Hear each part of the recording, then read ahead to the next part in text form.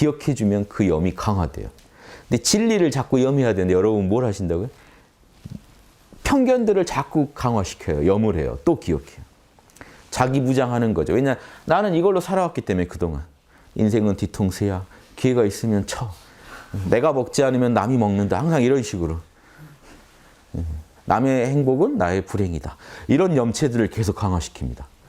자기가 이제 삶에서 얻은 하나의 무기들이거든요. 잘못된 무기죠.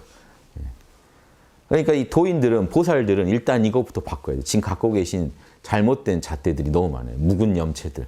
이걸 바꾸는 방법이 결국 육바라밀이에요. 몰라. 육바라밀 중에 몰라로 참나와 접속하고 나머지 반야, 인욕, 정진, 보시, 지계의 바라밀로 여러분 염체를 점검해 봐야 돼요. 즉 육바라밀 분석을 해보시면서 여러분 편견이 진짜 옳은지, 여러분의 그 감정이 진짜 옳은지에 대해서 버릇처럼 형성된 그 감정들이, 감정의 그런 시스템이 옳은지, 내가 늘 이런 일에 이렇게 반응하는 게 옳은지에 대해서 분석을 하시다 보면요, 새로운 생각이 나옵니다. 그러면 이제 올바른 진리가 이 생각 안에, 이 염체 안에 깃들겠죠. 이게 지금 창조예요. 염체라는 하나의 에너지체에다가 여러분이 진리를 담았잖아요. 거기에 무지랑 아집을 담을 수도 있었는데 그걸 몰아내고 진리와 자비를 담았죠. 이게 지금 창조예요. 오온을 활용해서 창조를 하나 하신 거예요. 보살은 창조자여야 돼요. 끝없이 창조해요. 자, 중생도 창조자예요. 끝없이 무지와 아집의 염체들을 만들어내요. 일단 무조건 중생은 다 창조자예요. 염체를 만들어내게 돼 있어요.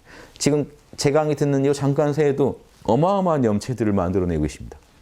어떤 애 좋다, 싫다, 이렇다, 저렇다, 맞다, 틀렸다. 집에 한번 갔다 오시고 지금 가족 몇 명 만나고 오시고 저녁에 만날 거 미리 한번 시뮬레이션도 해보시고 자, 어마어마한 염체를 지금 만들고 계시단 말이에요. 그러니까 창조는 본성이에요, 여러분의. 그래서 받아들이세요. 창조는 본성이고 뭘 창조할 거냐만 우리가 결정해야지. 소승 철학처럼 자꾸 창조를 멈추고 우리는 근원으로 돌아가야 된다는 것만 강조하면 말이 안 돼요. 숨 쉬는 한 여러분은요, 숨을 안 쉬어도 사실은 끝없이 영계 가셔도 여러분 꿈속에서 또 카르마를 짓듯이 또 만들고 계실 거예요. 거기서 그걸 모두 정리를 다 끝내고 도망가겠다는 생각을 하시면 오히려 머릿속이 복잡해지. 그런 생각하지 마시고 좋은 거를 지어내서 기존에 지어놓은 묵은 것들을 정화시킬 생각을 하세요. 그게 저는 현실적이고 자명한 생각이라고 봅니다.